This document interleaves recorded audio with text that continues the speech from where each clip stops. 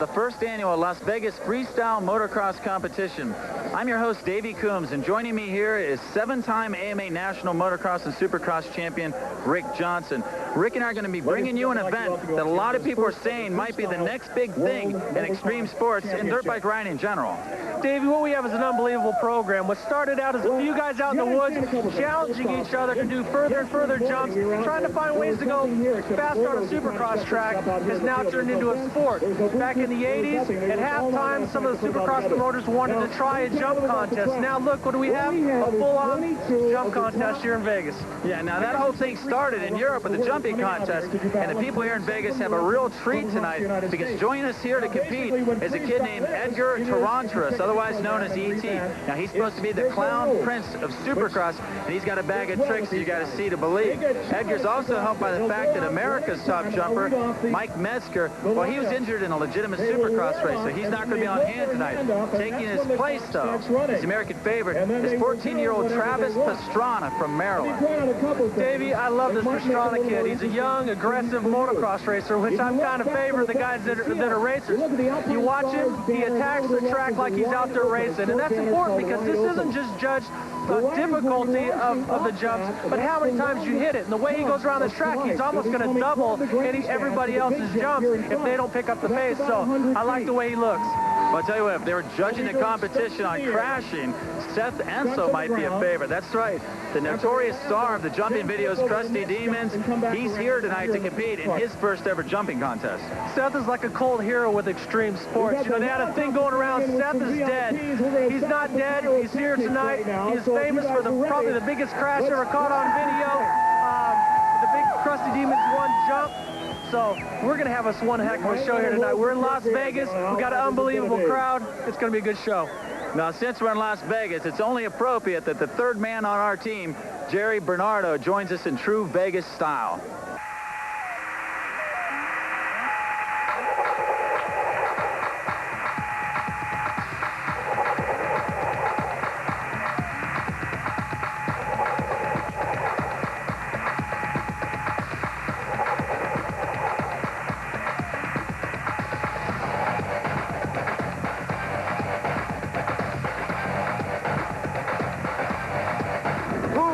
What, where, when, how, Las Vegas, Jerry Bernardo, Moto 02, Rev It Up, ESPN 2, Mike Stigmas, SMP, High Desert, Free Rider Extraordinaire, Mike Jones in the front, bustin' big in Las Vegas, first ever jump contest. It's got a big official title, a big name, but I'm not rolling it. It's just huge. It's the Devil's Playground. It's what the kids do when they're having fun. McGrath wanted to be there, Emmett wanted to be there, Ezra lost Yogi, they can't.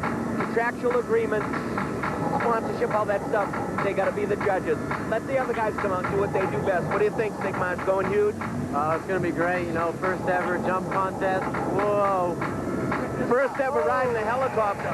Yeah. Right next to the stratosphere. Yeah. Hey, you know, it's really a tough day at work, Jonesy, when you're flying around in a helicopter over Vegas with all your dirt bike gear on. Yeah, I'm having a great time. They call it the City of Lights, and I believe I'm stuttering. It's time to go to the betting tables and get paid for doing what you do best. I talk, he jumps, make TV, have fun in Vegas. Thank you. This is not your father's Supercross track. In true X Games fashions, they developed a freestyle motorcycle park.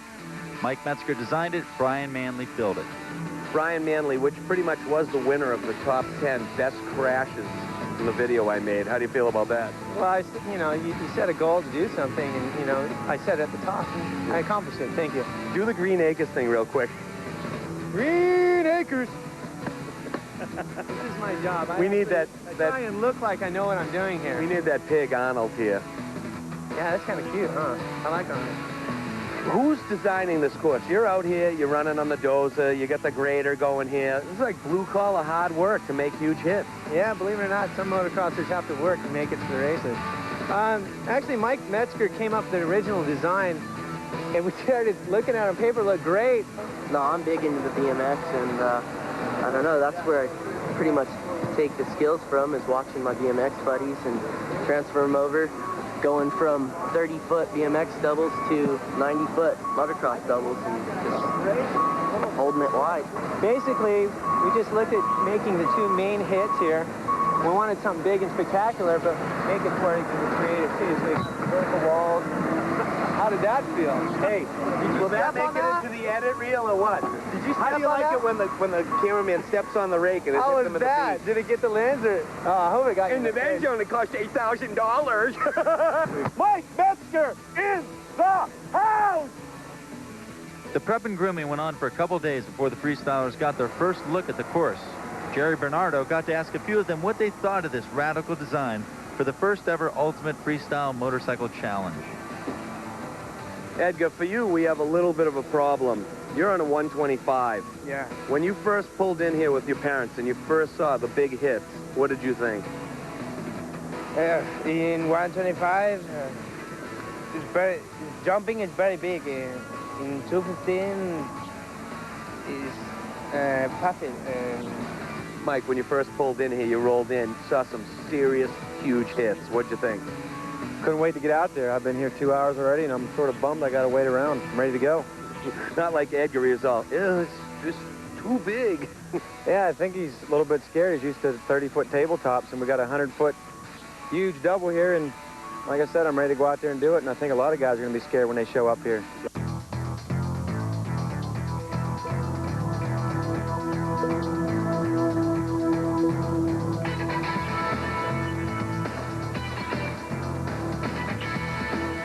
Well, some of the riders seem a little intimidated. Others can't wait to get it on. When we come back, we'll talk about the qualifying and check out some fat air. Stay with us.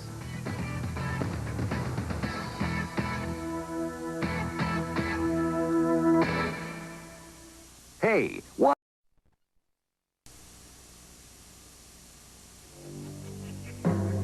Welcome back to the Ultimate Freestyle Motocross Challenge here in Las Vegas.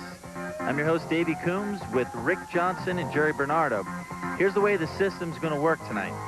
18 riders are entered into the program. Each of the riders will go out for a 2-minute run, and the judges are going to advance the top 12 finalists into a second round, which also lasts 2 minutes. Now, the riders will go out in reversed order, which means the highest scored riders go out last. From that, we'll combine the scores of the first 2 rounds, and we get our third and final round, which will feature the 6 finalists. Here's Mike Jones. This is our first rider in the first heat, and Mike's already showing some good stuff. Well, Davey, Mike's coming out. You don't know what to do. You got to be pushing it because you want to make it into that next round. But then again, you don't want to take any chances on hurting yourself or give away too many tricks because, like, this is just the first round. Like there, a little crash, not that big of a deal. But one thing, Mike's going out and going big. You know, Mike's got a lot of experience in this stuff. Back in the day over in Europe, Mike was always entering these jumping contests, and he actually made a name for himself as kind of like a soldier of fortune for jumping. Now here's Mike Sinkmars. This is our second rider. He's from Apple Valley, California. Mike's 19-year-old rider, but this has probably got to be his first professional jumping contest. Well, Mike is one of them factory SMP riders. If you notice on his bike, he doesn't have a number. He has a sponsor sticker on there. You know, like track, you got sprinters and long-distance runners. You know, in motorcycles, you got motocross racers and jumpers. And Mike is definitely one of the top professionals in jumping. Finishes up with a candy bar and a saran wrap. Up next is EDGAR TORRONTERAS. Now, this guy is one of the showstoppers here tonight. He's from Spain. He's 17 years old, and he might just be the unofficial world champion of jumping, Rick. E.T. is growing up around jump contests. The first one to pull off is Superman. He's riding a 125, which in an earlier interview, he was a little bit concerned because these jumps are big, Davey. There was a knack-knack, and here's a no-footed can-can with a one-hander. E.T. didn't look like he's having any trouble. And right here, the Cordoba, his signature move named after a Spanish bullfighting trick. Our next guy, Larry the Wombat Lingkogel, 21 years old, from Temecula, California. This is one of those anti-everything guys. Right there, he's telling the crowd they're number one. You know, you get some of these guys that are so rebellious, you wonder why they're in a contest. But hey, these guys like to go big. He's an SMP factory rider, and so he's out doing it. You know, he's putting on a show for the people. And sometimes you do fall down. Now, talk about your factory riders. This next guy owns his own factory. This is Davey Castillo. He's a 25-year-old rider from Irvine, California. His father is the founder of Innovation Sports to make the CTI knee braces that a lot of the riders are wearing tonight. In fact, you see him in skiing, football, lots of professional sports.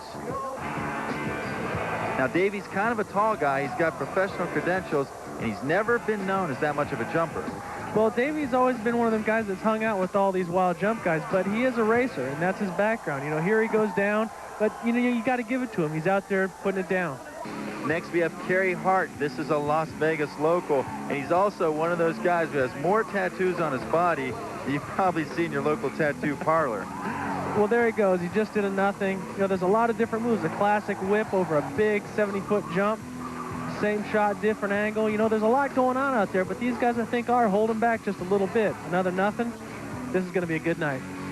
Now, Kerry Hart's been trying to ride the Supercross series throughout the year, as of a lot of these guys. And Mike Chamberlain is someone who's actually been there and done that. He's from Anaheim, California. He's a 24-year-old rider.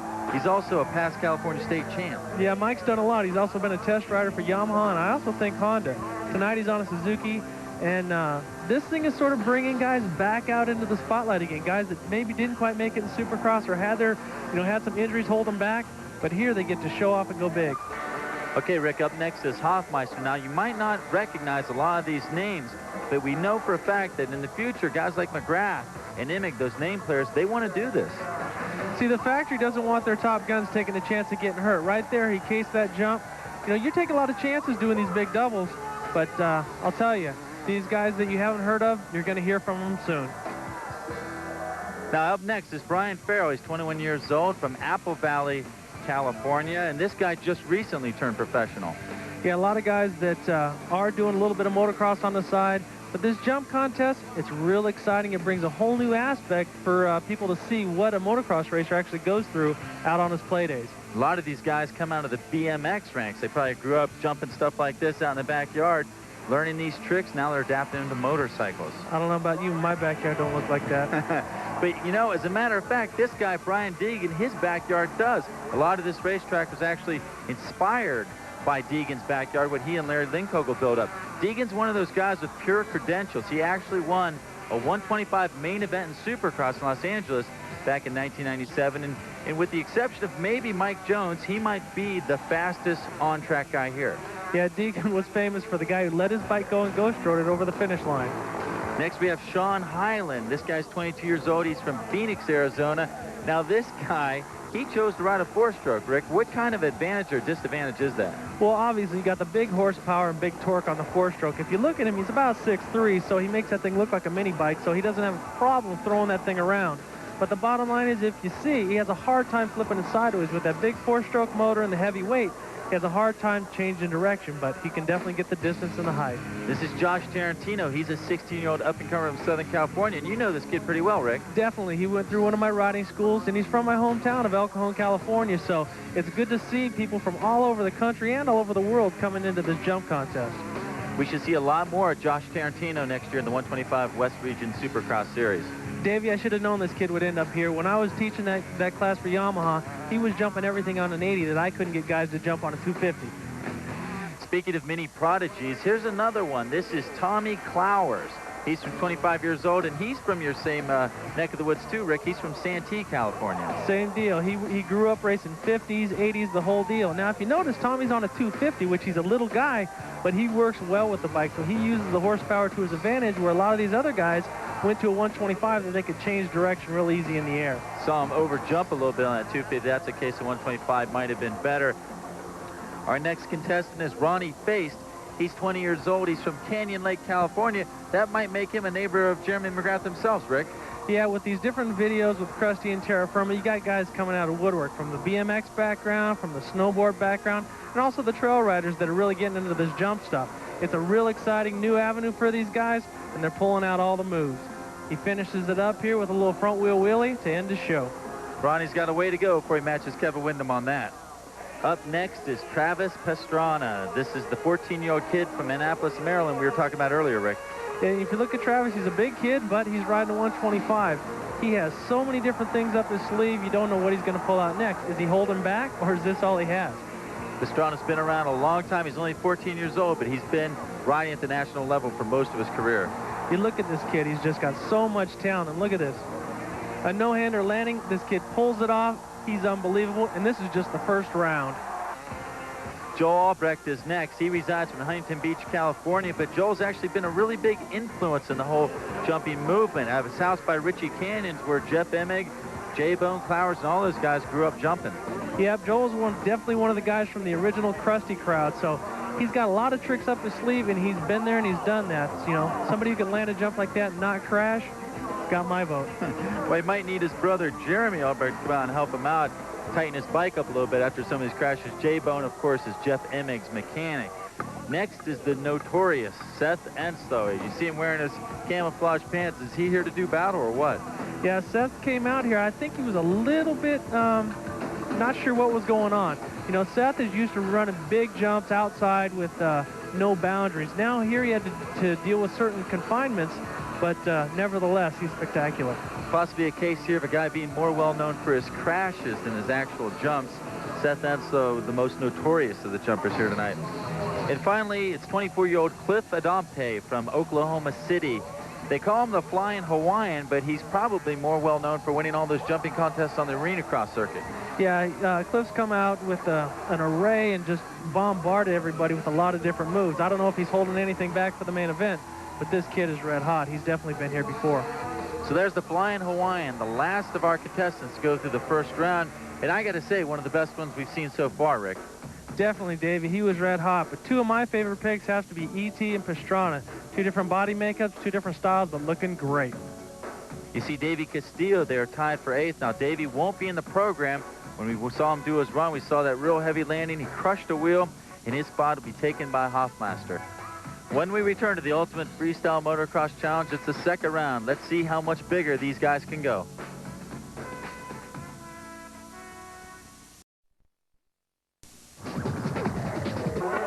Welcome back to the Ultimate Freestyle Motocross Challenge here in Las Vegas. I'm Davey Coombs with Rick Johnson and Jerry Bernardo. Starting out the second round of qualifying, here is Larry Linkogel. Again, it's the Wombat, Rick, one of the most notorious guys out here.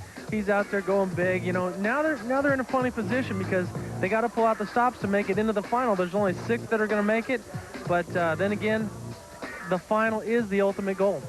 Now, you got 2 minutes, Rick, and on a track like this with all these different hits and everything, do you think you could actually run out of tricks, or do you think these guys have just a bag full of things they could do? Well, I think there's only so many things they can do out there, and if you notice some of the guys that come up, they don't really do anything spectacular in the air. It's just because they didn't hit anything quite right, so they were uncomfortable at trying to do anything too spectacular, so you just got to clear the obstacle because that's the safe move to go. Pretty good second run there for Larry Linkogel. Now, coming up next is Mad Mike Jones.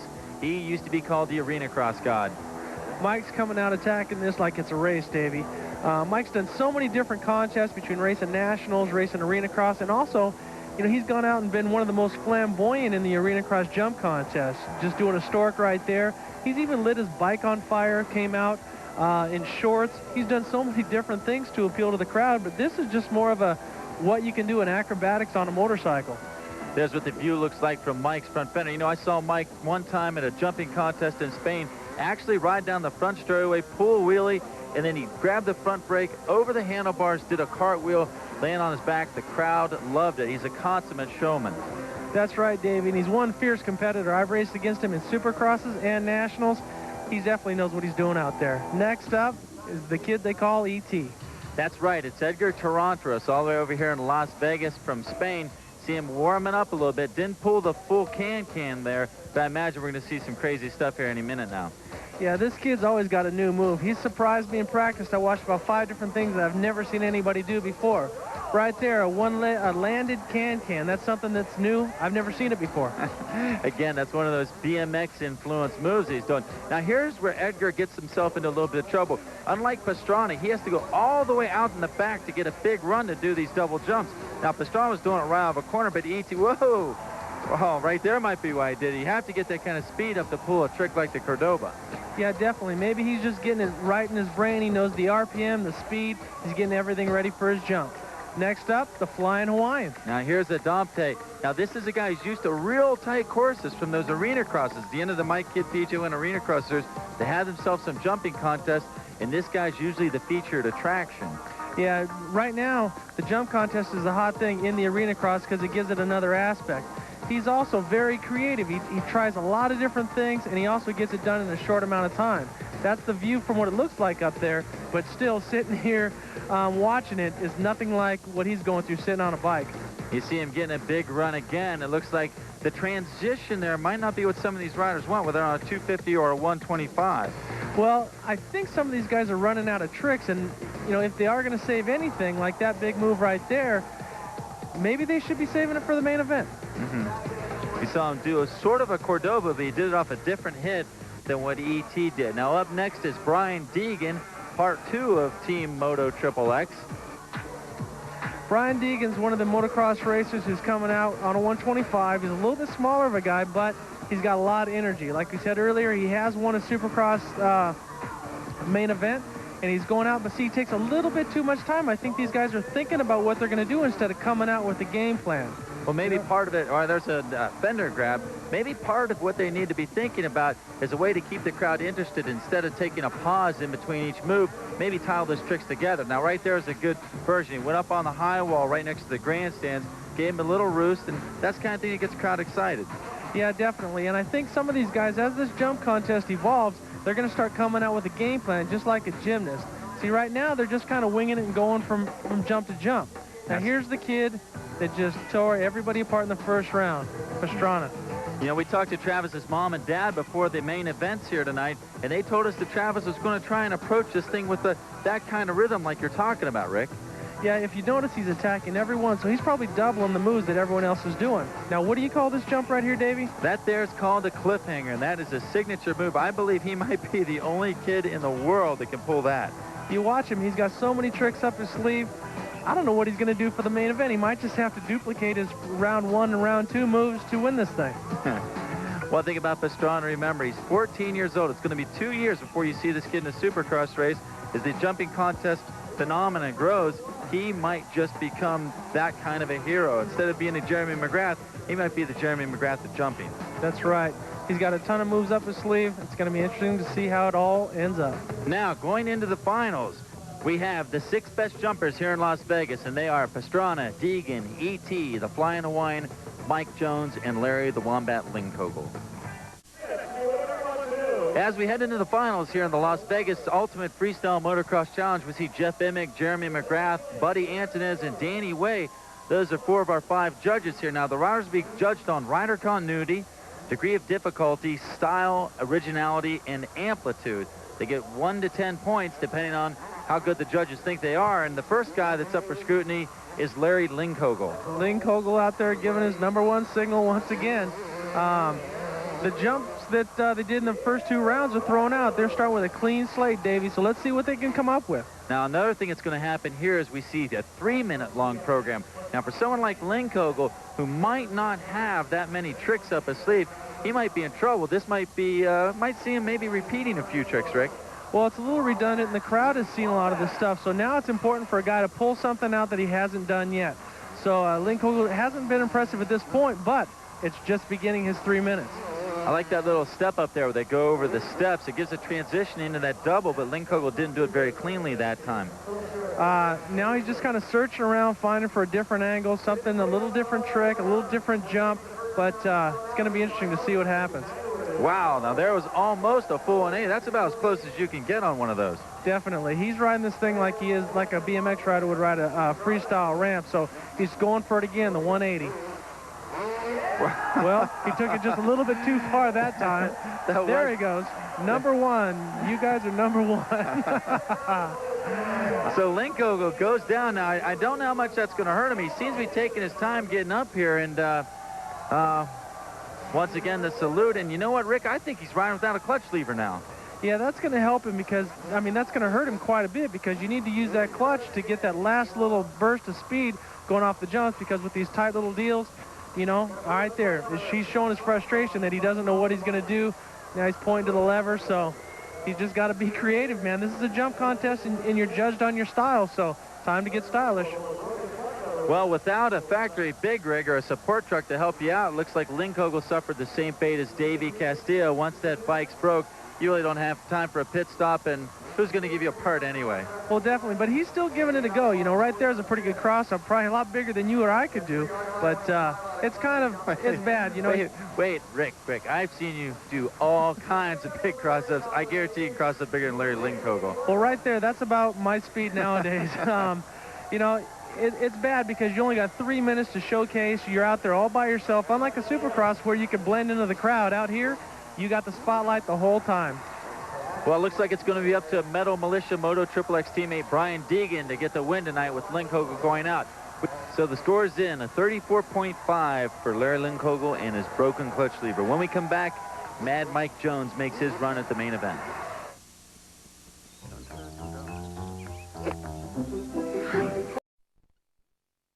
Here in the Las Vegas Ultimate Freestyle Motocross Championships, it's Mike Jones.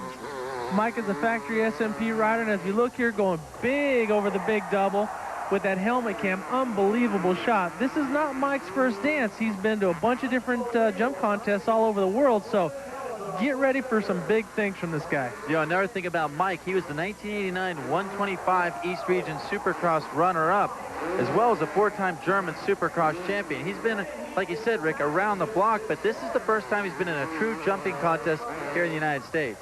Kind of a geeky cross-up, a little different look, land, sitting down, big skids, racing around. He's trying to put on a show. He's not just trying to be the typical guy, go out and jump from obstacle to obstacle, spray the fans with the little rocks. He's putting a lot into this. You know, another thing different about Mike, a lot of these guys are from the West Coast, and they grew up like in that whole snowboard BMX community. Mike is actually from Pennsylvania. Wow, did he come down hard there? Unlike our last guy who was going to buy some soap and toilet paper, looks like Mike's going to be buying our $60,000 camera that just flew off his head. I wonder what that must do to your wrist. And Rick, I know you've broken your wrist before. That has got to hurt. Well, it doesn't just get your wrist. It gets your back, your ankles. It gets everything. Right now, trying to find a new angle, you know, go mess with the crowd, play with them a little bit. But the bad thing about it is that the crowd and the judges up above don't get to see that much. So here he's trying to get the crowd behind him, get a little interaction back and forth with him, and let's see what he pulls off. Yeah, it looks like Mike's got a lot of tricks there, and he's trying to do as much as he can. But again, this might be a situation where maybe if he had sat down and planned a little more out, I mean, how do you plan something like that out? But maybe if he had more of a routine going, he might be a little more effective. Well, definitely. I think that if they went after this like it's a track and they're going to get one obstacle, two obstacles, and then put them all together, but he's just doing freestyle. See, Mike still has some time to go, so he doesn't want to burn himself out too quick. Going for a stork there, going to try some different moves, but he wants to finish this with a bang, and he still has a couple more jumps. Let's see what he does here. Does a perfect no-hander landing, points out to the crowd, getting some crowd interaction. He still has some moves to go, though, Davey. Yeah, I want to ask you about that no-hander landing. How hard is it to do that? I mean, it looks like when your front wheel comes down, I think it could get away from you at any time. Well, that was a perfect whip right there. But, Davey, when it comes to that no-hander landing, that's strictly confidence in the right jump. When you go do it right, it works perfect. If you don't do it wrong, if you do it wrong, you're just going to go straight on your head.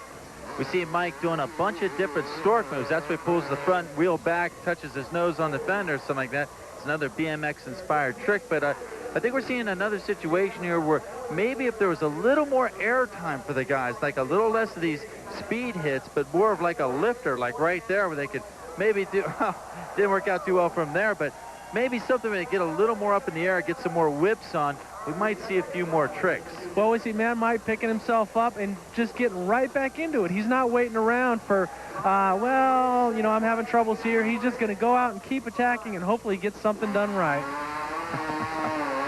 Here we go for a big burnout. Roost the crowd. This is a show for sure. And it looks like Mike Jones is just about to the end of it. It looks a little more like John Force there than motocross. So that might be more effective on the pavement with a bunch of smoke and everything. But anyway, let's go down to Jerry Bernardo and see what Mike has to say. The crazy kid wanting to have some fun. What happened to the helmet cam? Well, I cased that jump and my face hit the crossbar and helmet cam said, bye-bye. They don't call you Mad Mike for nothing. A little thing into the fence there, a little ruse. Changing it up, mixing it up. Yeah, I actually just got pumped up finally for the final. I wanted to go out there and put on a show and go wide open and just bust everything, and I want to be on the podium. I think it's going to be tough to win, but I'd be real pumped with the top three. No, dude, you got to mix it up. You did a good job. I liked it. I liked it. It's my kind of style, Mike. Well, I hope the judges liked it, because you're the man, but you don't have the pencil today, so. Oh, that's right. You're right. You're right there. We're going to have a party tonight anyway. Yeah, party in Vegas with Mad Mike. Well, the tally's in for Mike Jones, a 40.5 plus $60,000 for that camera. When we come back, the Flying Hawaiian Cliff Adampe. 13-2400. Welcome back to Las Vegas. I'm Davey Coombs with Rick Johnson and Jerry Bernardo. We are watching Clifford Adopte, the Flying Hawaiian, here in the main event. Clifford's going to open up with, another Cordoba. That's one of Edgar Torronteras' moves. A double-double. Clifford's going to pull out all the ties here. You know, he's got to, this is the main event. All the scores from the previous rounds do not count, so he's got to pull out everything he's got. Right there, a no-footed whip over the big double. This guy's going big, man. I tell you what, a lot of people are probably surprised by how good a Cliff's doing. But again, so far this year, he's made a name for himself on the Arena Cross Tour. He gets in some of those videos every now and then, and he's not a bad racer either. Yeah, he's kind of a double threat. He goes out and does the races in the Arena Crosses, and then he comes out for the jump show. So this he's comfortable in front of a crowd with the candy bar. So there's a lot going on out there, but you got 3 minutes now instead of 2 minutes. These guys have been in 2 previous 2-minute rounds, but now they got to find anything they have left up their sleeve and pull it out for the judges. Now we see Cliff going way out in the back here. He's going to come across and take this big hit. Again, this is kind of a high-speed section. Whenever you hit this transition, you got to be going. There's what it looks like from Cliff's point of view as we see the helmet cam, the second helmet cam, Mike Jones having destroyed the first one. Gives you an idea of just what these guys are looking at. Yeah, I mean, you're watching. There's a lot out there. Besides the jumps, there's hay bales and banners and all this different stuff. And looking from this perspective, it's a pretty hairy. That's why they call it a heel clicker, because he clicks his heels right in front of his face. See, Cliff keeps going up on the bank, kind of checking out the crowd and everything. You notice also that the soil's a little loose. That kind of prevents those guys from doing a lot of those flat ground tricks like the front wheel wheelies that Kevin Windham has made famous, or even, you know, just a plain wheelie. So if you're going to do something here, you got to do it up in the air, Rick. That's an interesting angle. We've seen it from other angles, but there's a Superman. That's the second one we've seen tonight, so this kid's pulling it out. We see him taking a trip into the far back. Looks like he's going to get up some speed and take that hit coming across the middle. Maybe see a different form of the Cordoba, maybe even a big, strong knack-knack. Well, he goes for a heel clicker. You know, 3 minutes doesn't seem like long when you're racing, but when you're out there trying to put on a show all by yourself, it can seem like an eternity. And these guys have been riding on this track all day, and they've done a lot of different things. So let's see what he does at the end of his jumps here. Looks like he kind of aborted an attempt at something different there. See, that's the thing, is that when you watch these videos, guys got all day to find 1 or 2 good jumps. Out here, these guys got 3 minutes, and they have to make every time they go in the air look good. So sometimes your takeoff's a little bit off, so you just try to salvage whatever you can, and sometimes it's not the prettiest thing out there, but this is a show and it's a judged contest. There goes Cliff with a nice no-footed whip there. Heading back into the back. He's got just a little bit more time left. Right now he's got to be thinking, do I pull out the nothing? Do I pull out the cliffhanger? What do I do here? Well, he's a Hawaiian, so what does he do? He shakes the hang loose sign, you know, the shaka bra. So hopefully some of these people in Vegas know what he's doing, but he is putting on one heck of a show. This guy's come out of the Arena Cross ranks to put on a spectacular show. Here's the checkered flag, and see what he ends this jump round with. He hangs on to a heel clicker for a long time. Take it to Jerry. So, Mr. Adoptante, Yes, you like senor. jumping, yes? Oh, see, I do like jumping. Hey, you know what's really cool? Innovating all the tricks, but hanging them out, keeping it there. Yeah, you know, I just tried to go off. You know, I did a couple of tricks that I really didn't think that was all that, but you know, I just tried to flow smooth. I kind of got, you know, a little sketchy at first, but just try to make, you know, the best that I could. You could make a career of this. Oh yeah, definitely. Did you think that you'd make it into the top 6? Well, you know, I felt confident in my tricks and my maneuvers and so on, but you know, I just thought, well, since I got 4th in the first round, and I just said, you know, hey, I can do it, and everything seemed to be all right, and I was like, well, if I got 4th, I can get in the top 6. Remember the good old days back in Hawaii on Kauai? Oh yeah, definitely. Roosting on the beach. Yeah. Good job, man. Thanks a lot. So we're halfway through the main event here in Las Vegas. Coming up next, E.T., the Spanish Fly. Here is Edgar Torronteras live from Spain. Right here we have E.T., the world jump champion. You know, he's got 3 minutes out there, Davey, so he can't just come out and do everything and then ride around the last 2 minutes. So he gets the green flag right there and starts off with the can-can. It's going to be interesting to see the things he pulls off, because this kid is so innovative. but he sure has shown us a lot in the first 2 rounds. That's exactly right. There he goes with the heel clicker. He wasn't holding back anything. I think that he wanted to make the travel across the Atlantic Ocean worthwhile. He wasn't going to come over here and not qualify for the main event, although he could have done a little more there. Here we see like just a regular rollback knack-knack. You don't see a lot of those, Rick, because those are a lot harder than people think. Jeremy McGrath, the king of Supercross, is who originated that move. He's not here tonight riding, but he is up in the stands judging with Jeff Emig and some other guys as well. But E.T.'s very creative. He's taking his time, and I think in picking his moves. Yeah, now we see him get a big long run here again, coming back toward the middle, again on the 125. A little bit of a disadvantage, but at this point, there's a Superman. At this point, that might not be that bad of an idea to take that extra time. Yeah, they're used to a 2-minute interval time out there, so he's taking a little extra time, maybe getting the crowd to focus on him, doing some classic cross-ups. This kid's got talent coming out of his ears, but having the right thing at the right time is going to be the key to win this jump contest. Again, back across the stair steps, comes around with another nothing. Almost misses handlebars. I can't imagine how bad of a crash that would be if you came down to grab your handlebars and foot pegs and they weren't underneath you. Classic heel clicker. Taking another trip out to the backside of the Las Vegas Speedway here. If you watch him, he takes a little pause, gets the crowd to watch him, then takes a big run, gets the RPMs revving on that 125, and let's see what he does. Okay, there's E.T. Whoa, another deep Cordoba. Man, does he get back on that. He gets his shins up on the crossbar pad, leans back far. I don't know how you could practice that thing other than jumping into a pond of water. Well, this kid's been doing it since he probably was in diapers, and you watch him, he's a consummate showman. He's out there revving the bike up, getting the crowd going. You can hear him in the background. They're going nuts for this guy. You know, I mean, he's been racing and doing these things from Barcelona to California, here to Las Vegas in the show capital of the world, right next to the big NASCAR track. We had a show here last week with all the NASCAR stars. Now we got freestyle jumping. Just a little bit more time left in E.T.'s program here. Looked like he was going to throw a knack-knack out. The crowd decided to turn it back. Again, a big long run comes out here, hooks up in that tight berm. He built that berm himself because he's the only one who had to go that far out. Even but Travis Pastrana and Deegan also out in the 125s, they stayed a little tighter. And what does he do? Big Superman. He can extend that thing. I don't know what keeps him on the bike. It's just, it's phenomenal to watch. You know, back in the day, we were doing one-handers and, you know, doing one-footers and stuff like that. And it's evolved to be its own sport. And this is, for me, as a rider, watching this and seeing how this has evolved into such a great show, it's really exciting. Yeah, you know what else is funny, Rick? We see a guy do a standard cross-up now, and we say he's goon riding. That's right. Well, he got the checkered flag, and let's see what he ends this with. A classic Cordoba. Tell you what, E.T. really knows how to play up the crowd with those moves like that. And look at this. There's another thing we saw him do in Europe. Dancing for the crowd, getting a little bit extra points. Let's go down to Jerry. America is very good.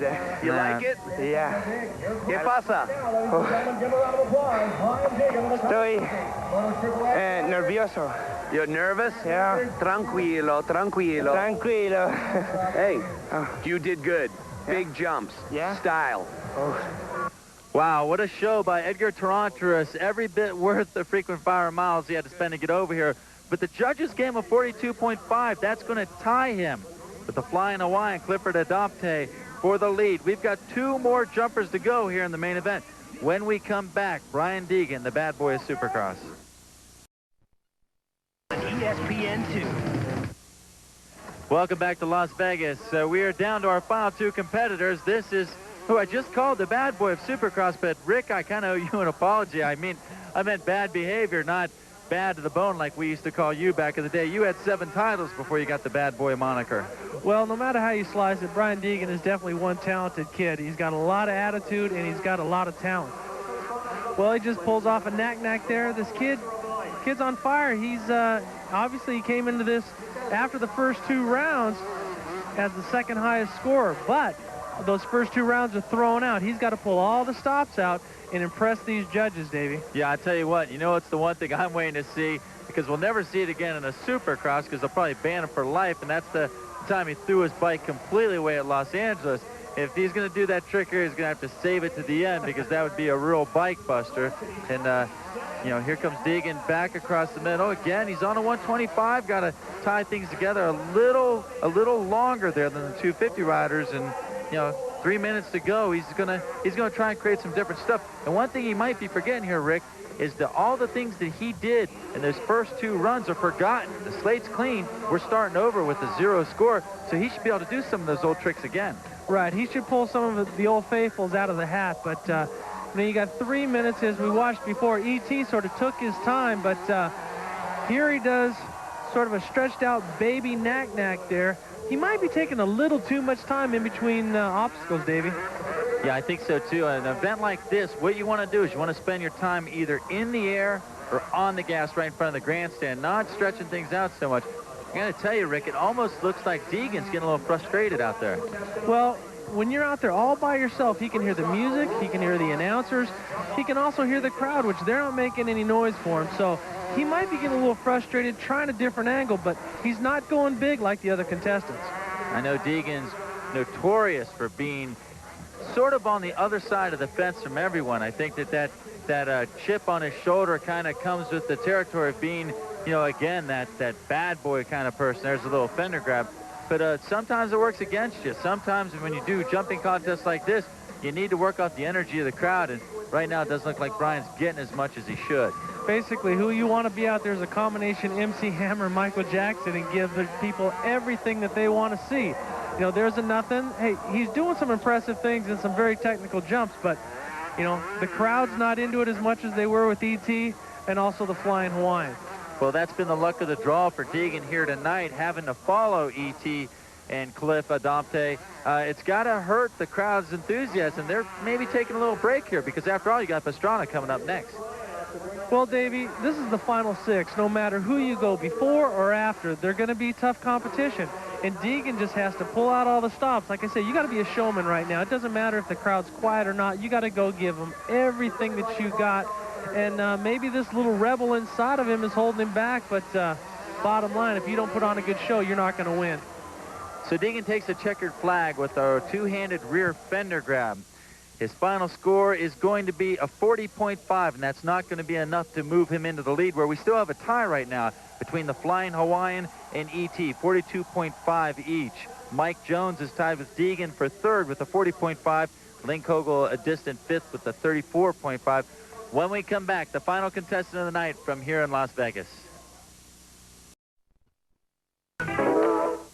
Transportation for the Ultimate Freestyle Motorcycle Challenge has been provided by Reno Air. Accommodations provided by Sahara. Welcome back to Las Vegas. Here's Travis Pastrana starting the final run of the night. He begins with a big hill clicker and right into another hill clicker. Well, Davey, this kid's on fire. If you watch him, he attacks it just like a motocross track, and that being my background, you know, he's one of my favorites. You watch him, he puts in a lot of moves. Look, he's on the brakes, hard on the gas, rifles from turn to turn. No matter what he's doing it with a lot of energy, and I think the crowd and the judges are going to like that. There's with a salute to the crowd as he does that slow little double. Now he heads out to the back. This is where E.T. had to go deep into the back, but he can do it right out of the corner, and he comes back with a no-footed can-can.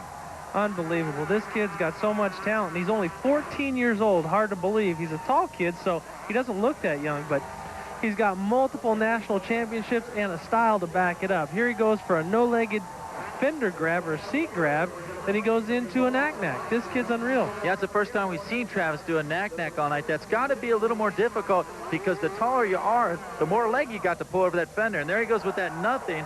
That's a move that he started back on a mini bike a couple years ago. I remember seeing that for the first time in an advertisement when you opened up a magazine. I was just blown away by that. Yeah, to me, that wasn't even conceivable when I was riding. There were some people that tried it. Look at that, one-footed front wheel wheelie. This kid, he's pulling out the stops. I mean, he knows that this is a show, and he's definitely putting on a great show.